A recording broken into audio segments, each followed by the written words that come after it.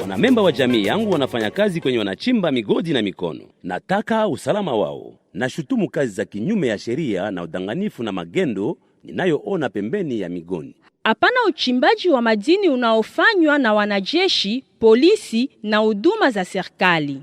Hapana kazi za watoto wa miaka chini ya 18. Hapana taksi zilizo kinyume ya sheria kwenye migodi na kwenye njia za usafirishaji. Hapana uchunguzi wa kazi hizo kwa waasi. Hapana uuzishaji wa etiketi ili kutambulisha madini. Nasema hapana kwa unyanyashaji huo kwa sababu unaweka jamii hatarini. Ninaposhuhudia unyanyashaji wowote naita bila malipo yoyote namba hizi 099 431 0000 hao 089 003 1111 hao tena 082 099 0991. Ukipika simu unabaki bila kutambulishwa. Sauti yako yahitajika.